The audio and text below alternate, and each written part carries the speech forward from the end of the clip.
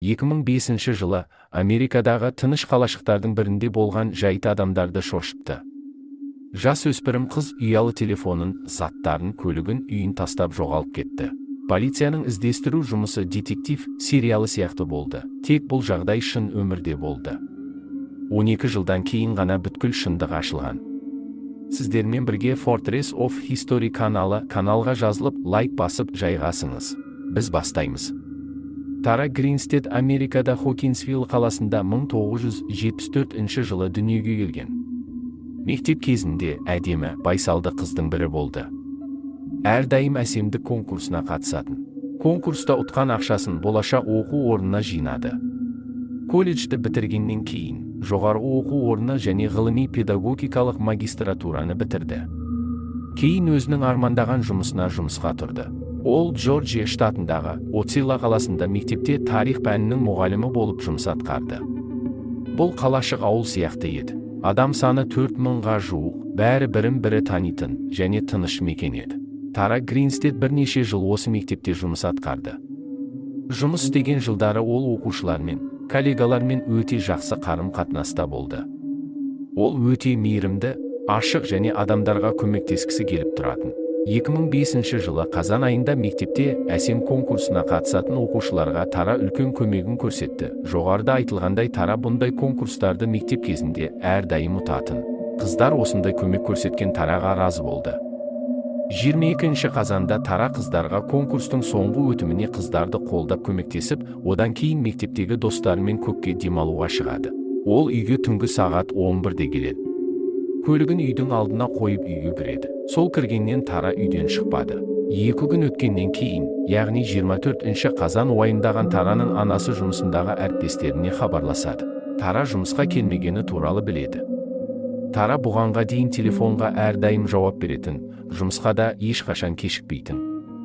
Әріптестері полицияға, яғни офицер Билли Хэнкокқа хабарласып жағдайды түсіндіреді. Сол күні сағат азанғы 10-да офицер Хэнкок Тараның үйіне барады. Ол үйінің алдындағы көлікті барып қарайды. Ішінде ешкім болмады, бірақ ақ конвертті тапты. Конверттің ішінде бірнеше мың доллар жатты. Ары қарай үйді барып тексерген кезде үйдің есігі құлыптанбаған болды. Офицер үйге кірді. Үйдің іші таза болды. Тараның бөлмесі ғана шашылып жатты, киімдері, заттары жерде жатты. Ұялы телефоны тоққа қосылулы болды. Тара үйде болмады. Офицер Хэнкок ауладан латексті қолғапты тауып алды. Офицер бұл үйде бірдеме болғанын қолғапты көріп түсінді. Өйткені бұндай қолғапты әрбір үйде қолдана бермейді. Мүмкін сырттан келген адам саусағының ізін қалдырмау үшін киген деген ойда болды. Қаладағы полиция және ФБР агенттері іздестіруге күштерін салды. Оларда 3 айғақ болды. Олар қолғап, үзілген алқа және орнында тұрмаған үстел сағаты болды. Бірақ бұл айғақтар еш көмектеспеді. Мектептегі әріптестері, оқушылар және қала тұрғындары жиналып өздерінше іздеу салды. Олар іздеу саламыз деген жазумен мыңдаған қағаз шығарып, қаланың барлық жеріне таратты. Сол күні еріктілер түнгі сағат 1-ге дейін іздестірді. Полиция иттерге үйде тапқан заттар иіскетіп іздеді. Иттер нәтиже бермеді. Қолғапты сараптама жасап, одан да нәтиже жоқ болды. Нәтиже болмағандықтан, ФБР Тараның бұрынғы достарын, жігіттерін сұраққа алды. 7 ай бұрын Тараға бұрынғы оқушыларының бірі үйіне келіп кірмекші болған. Тара оны кіргізбегеннен кейін есігін теуіп қорқытқан екен. Көршілері полиция шақырған. Полицияда ол Тараға баяғыдан ғашық екенін айтқан.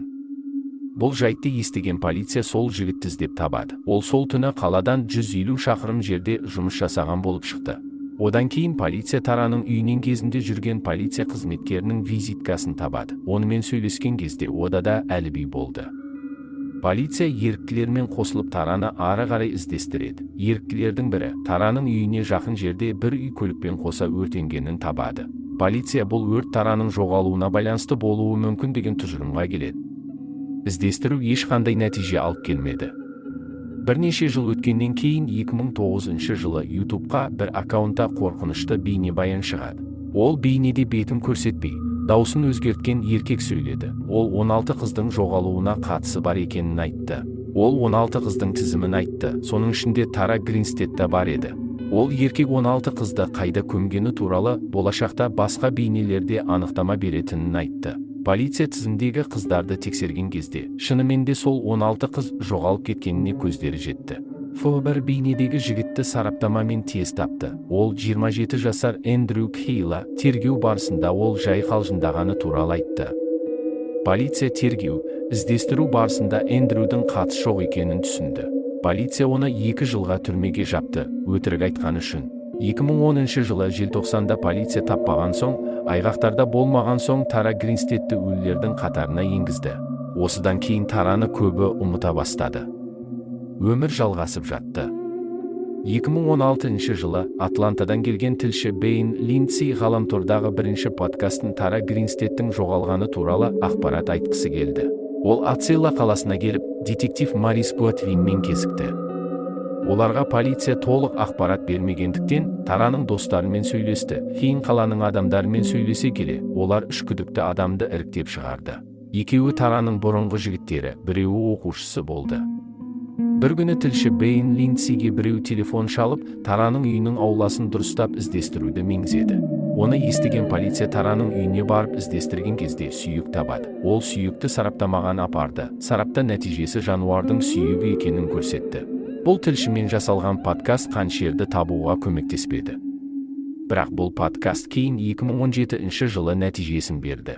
2017 жылы бас кезінде полицияға Брук Шеридан деген азаматша келіп, Тара туралы ақпарат берген кезде сонша жыл іздеген полиция аң-таң болады. Брук Шериданның бұрынғы жігіті досына Тара Гринстедтің денесінен құтылуға көмектескен туралы ақпарат береді. Полиция асықпады. Олар Брукты толығымен тыңдап, оған микрофонды денесіне байлап, сол бұрынғы жігітімен кездесуді ұсынды. Брук ол жігітпен, яғни Бо Дюкпен кездесіп, Тара туралы әңгіме құрғанда, ол бәрін айтып берді. Полиция Дюкті ұстаған кезде, ол бәрін көрсететіні, бәрін айтатыны туралы айтты. Тара жоғалған түні Бо Дюктің кластасы Раян келіп жуық көлігімен көмегін сұраған. Ол Тараны абайсыз өлтіріп қойғаны туралы айтып көмек сұрады. Сол түні есірткі қабылдаған Раян кештен шығып көлігімен келе жатып, бір үйді тонамақшы болады. Оның көзіне Тара Гринстедтің үйі түскен. Ол үйге кіріп, ақша іздестіріп жатқанда, Тара оны көріп қояды. Содан төбелес шығып, Раян оны өлтіріп қояды. Кейін Бо Дюк екеуі жуық көлігімен келіп, Тараны көлікке басып орманға кеткен. Олар орманда қызды өртеп көміп тастаған. Сот кезінде Бо Дюк қыздың туыстарынан кешірім сұрап жылады. Оны сот 25 жылға соттады. Ал Тараны өлтірген Раян әлі күнге дейін соттың шешімін түрмеде күтті. Міне бүгінге осы құрметті көрермен. Аман болыңыз, келесі кездескенше.